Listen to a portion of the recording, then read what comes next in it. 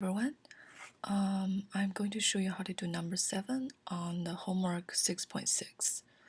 So for this question, if you have a binomial distribution with n equal to 14, p equal to 0.5, you want to know what is the probability of getting fewer than 5.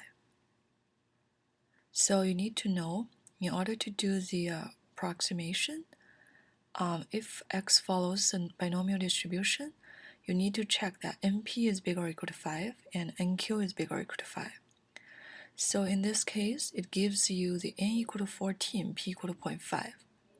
Okay, so n equal to 14, p equal to 0.5. So if it is like that, n times p will be 14 times 0.5, which is 7. So it's bigger or equal to 5. Good. Also, nq is 14 times, q is like the failure rate, so it's 1 minus this 0.5. Okay, so this one will be also 7. So again, bigger or equal to 5. So that means the requirements are satisfied. So x could be approximated by the binomial distribution with mean equal to np, standard deviation equal to the square root of n times p times q.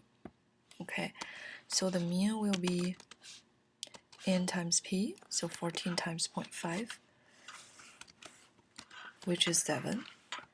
And the standard deviation is the square root of 14 times 0.5 times 1 minus 0.5, which is another 0.5. Okay, and you can use your calculator or StatCrunch to calculate this. So if you go to StatCrunch,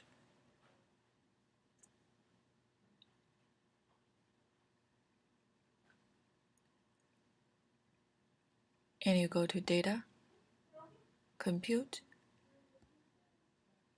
Expression, so you have that of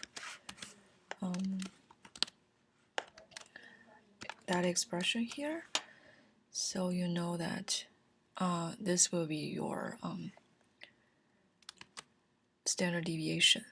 So it will use that later on. Okay, so then what you need to know is how to really calculate the probability of fewer than 5. So if you go to the notes on page 7 of the chapter 6 part 2 slides, say fewer than 2, 3, 5 is to the left of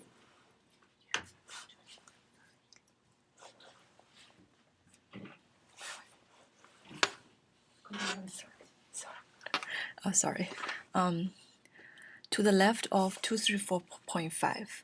So fewer than 5 would be less than 4.5.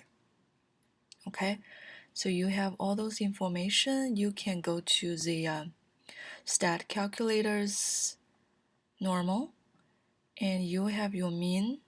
You can plug in everything, like the mean is 7, and the standard deviation is right here, this value here.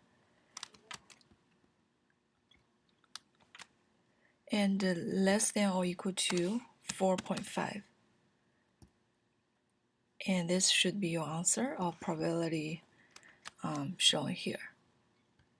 So for this one, if you round to the 4 decimal place, so it would be 0.0907.